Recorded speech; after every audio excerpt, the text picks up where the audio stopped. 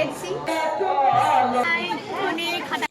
Hello everyone, welcome to my new blog. কেমন আছো তোমরা সবাই? দুদিন ধরে আমি আছি মামা বাড়িতে, আর বাড়িতে চলছিল 7 দিন ধরে টানা ভাগবত পাঠের অনুষ্ঠান। আজকে তার সমাপ্তর দিন। এর কারণটা হলো আমার দাদু দেহ রেখেছে, আজকে 45 দিন কমপ্লিট হলো। উনি যেহেতু বৈষ্ণব ছিল, তার জন্য সাধারণ মানুষ মারা গেলে যেভাবে শ্রাদ্ধ শান্তি করা হয় সেগুলো কিন্তু কিছুই হবে না। বৈষ্ণবদের কিন্তু অন্য নিয়ম আছে, সেগুলোই তোমাদের সাথে এই ভিডিওটাতে আজকে শেয়ার করব। তো ভিডিওটা স্কিপ না করে পুরোটা দেখতে থাকো, আর চলো ভিডিওটা শুরু করা যাক। আমরা এখন সকালবেলা ব্রেকফাস্ট করতে যাচ্ছি, এখন বাজে 9:30। তো চলো যাওয়া যাক। সেটাই বলবো। হাই গাইস, আমরা এখন সকালবেলা ব্রেকফাস্ট করতে যাচ্ছি, তা আবার ভাত, আবার খালি বোতল নিয়ে। আমার বোতলে জল আছে, হয়ে যাবে। আয়। এখানে কিন্তু সেই ভোরবেলা থেকেই রান্না শুরু হয়ে গেছিল, আর আমরা যখন সকালে গিয়েছিলাম তখনও কিন্তু রান্না চলছিল। আর দেখো, কালকে যেহেতু ছিল দ্বাদশী, তার জন্য কিন্তু আজকে সকাল সকাল ব্রেকফাস্ট করতে চলে এসেছি। আমাদের আমাদের এই ফুটকিম্যানটার ডায়লগ হচ্ছে, লজ্জা করলে আপনারা কেউ তাহলে কি করবে? লজ্জা করার জায়গা নেই এটা। তাহলে কি করবে? লজ্জা পেলে কি করবে? আমি ঘরে যাই বাবা, সামনে আগা, এবার খা। সেলফি ক্যামেরা করলেই তো হয়ে যাবে। অতিথিটা আমাদের একটু পরে চলে যাবে, আমরা সবাই এখন রেডি হব। তো গাইস, আমি হাফ রেডি হয়ে গেছি।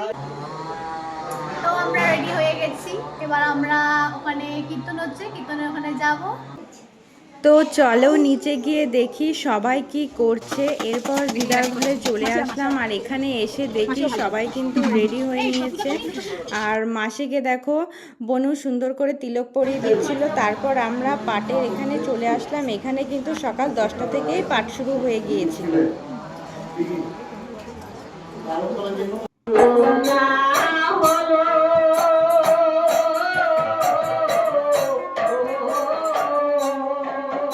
তারপর 1টা নাগাদ আবার দিদার ঘরে চলে আসলাম, আর এখানে এসে দেখি তখনও কিন্তু ভোগের রান্না হয়নি, আর আমরা একটু ফল প্রসাদ খেয়ে নিচ্ছিলাম। আর বাইরের এখানটায় চলে আসলাম, এখানে কিন্তু তখন রান্না প্রায় কমপ্লিটই।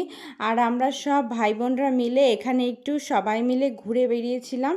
আর এটা ছিল আমার মামা বাড়ি, আর সামনের দিকেই ছিল পুকুর। তোমাদের তো এর আগের ভিডিওতে দেখিয়েছি। আর দেখো, পরিবেশটা কিন্তু সুন্দর লাগছিল। আর মাকে তো পাচ্ছিলামই না, সারাদিন অনেক ব্যস্ত ছিল, তারপর একটু পেয়েছিলাম। আর এখানে দেখো, দিদারা তার শিষ্যরা সবাই মিলে লাইন করে ভোগের থালি মাথায় নিয়ে যাচ্ছিল, যেখানে অনুষ্ঠান হবে সেখানে এগুলো সাজানো হবে। তো পরপর সবাই ঢুকছিল, আর ওখানে সুন্দর করে সাজানো হচ্ছিল। তো সামনে থেকে দেখাতে পারলাম না, কারণ খুব ভিড় ছিল। দূর থেকে ভিডিওটা করেছি।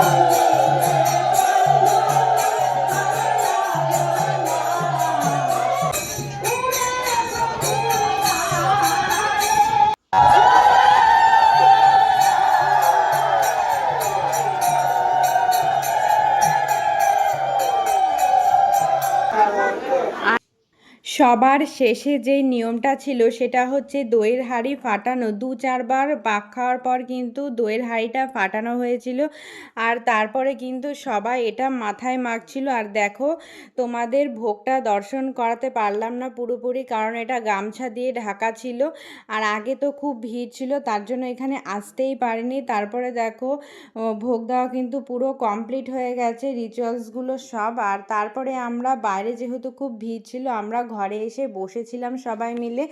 আর তখন কিন্তু ওদিকে চলছিল বৈষ্ণব সেবা, আর ভিড়টা একটু কমার পরেই আমরা যাব। আর তারপরে দেখো, সবার খাওয়া কমপ্লিট করার পর আমরা প্যান্ডেলে চলে এসেছি।